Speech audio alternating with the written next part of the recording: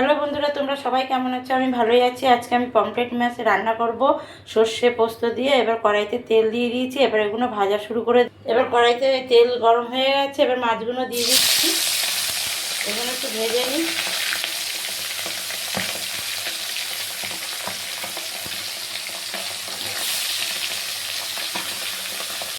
এই দিয়ে দিলাম, এগুলো আবার একটু ভাজা হোক, ততক্ষণ আমি মশলাটা তৈরি করে নিই।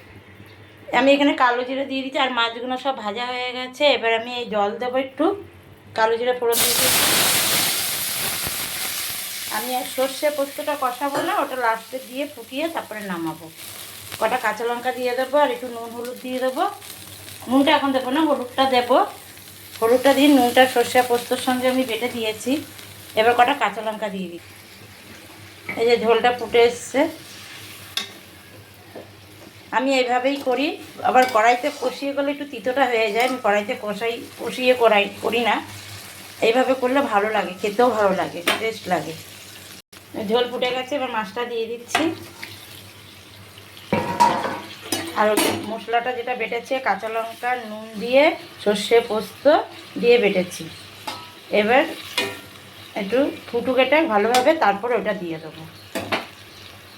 এবার মশলাটা দিয়ে দেবো, হয়ে গেছে। এরকম কারা পমফ্রেট মাছ খান আমাকে একটু কমেন্ট করে জানাবেন সর্ষে পোস্ত দিয়ে। আর সাবস্ক্রাইব করে দেবেন, লাইক করে দেবেন। এ দেখুন, এবার এটা ফুটে উঠুক ভালোভাবে, তারপরে আমি নামাবো। এই যে হয়ে গেছে, কড়াইতে থাকবে। ভালো থাকবে, সুস্থ থাকবে। Tata, bye bye.